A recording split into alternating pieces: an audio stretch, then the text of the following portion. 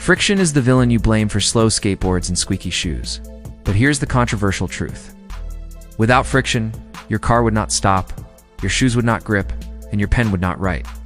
So yes, friction ruins your day and saves your life. Welcome to Think, where science gets roasted and explained at the same time. Today we are breaking down what really causes friction between surfaces and why it matters more than you think. Friction is the force that resists motion when two surfaces interact. It happens because surfaces, no matter how smooth they look, are not perfectly smooth. They have microscopic bumps and valleys. When you push one surface across another, those tiny features collide, snag, and resist. Add the natural stickiness of molecules, and boom, friction. Does it sound boring? It is not. It is how tires keep you alive, how brakes work, and how your fingerprints let you pick up a glass without launching it across the room. Here's the rookie mistake. People think friction is one thing. It is not. There is static friction, which holds things in place before they move, and kinetic friction, which fights them while they are moving. Static friction is usually higher because it takes extra force to break those micro-locks between surfaces. Once things start sliding, kinetic friction takes over with a slightly smaller grip. Another myth: smoother always means less friction. Not true. Super smooth surfaces can get sticky because molecules cling. And yes, lubricants change everything by separating surfaces so the bumps do not clash. What did you think oil was just car perfume? Different surfaces create different friction levels because of their texture and chemistry. Rough surfaces have big microscopic peaks and valleys, so they mechanically lock together more. Smooth surfaces have smaller features, but they can still stick through molecular attraction. Materials matter too. Rubber grips like a clingy X. Metal slides when polished but can seize under pressure. And wood sits somewhere in the middle, depending on finish and moisture. Add pressure, and surfaces press harder together, increasing contact and friction.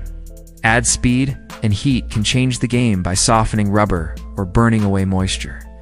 Each material pair has a friction coefficient, a number that captures how grabby they are. Rubber on concrete is high, ice on steel is low. Those numbers measure how texture, material elasticity, and surface chemistry play together. If you want your car to stop faster, go for high coefficient tires. If you want parts to slide smoothly in manufacturing, chase lower coefficients and good lubrication. Think is not just about video's topic, it is about making science simple.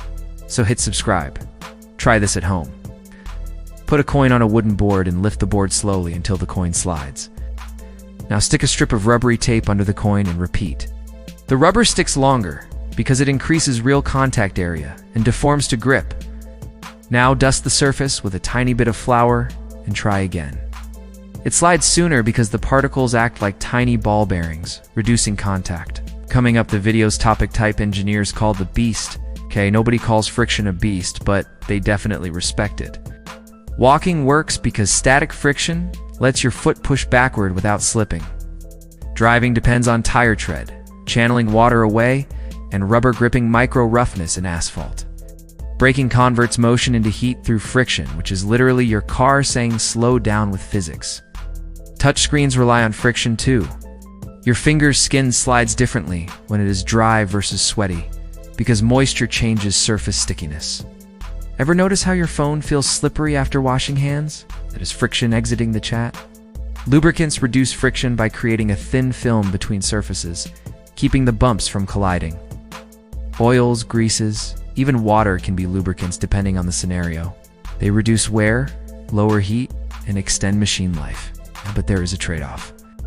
Sometimes you want friction, like on a basketball court. Other times you want minimal friction, like in an engine. The trick is knowing when to crank friction up or down, and choosing the right material, texture, and lubricant to get there. Engineers tweak friction through material selection, surface finish, pressure, temperature control, and coatings. Treads and soles use geometry to lock into rough surfaces. Bearings use rolling contacts to reduce sliding friction. Brake pads use materials that grip and hold at high temperature without breaking down. And in manufacturing, polished surfaces with controlled roughness give predictable friction, so products do not fail. Want a stronger grip or a smoother slide? It is all in the surface engineering. Friction happens because surfaces are not perfectly smooth. Their microscopic features and molecular forces resist motion. Texture, material type, pressure, speed, temperature, and lubrication all shape how strong that resistance is. Static friction holds you in place. Kinetic friction fights you when you move. Rubber grips because it deforms. Metal slides when polished but can seize under pressure. Wood sits in the middle. That is the story, and yes, it is surprisingly useful. Stop scrolling, smash subscribe, and let us keep turning everyday mysteries into straight talk. Drop your weird friction moments in the comments. Does your gym shoes slide like ice skates on certain floors? Got a hack for squeaky doors? Want us to test rubber versus glass with a heat gun? Tell me. If you learned something, share this with a friend who still thinks smoother always means less friction. Think is where science stops trying to impress and starts making sense.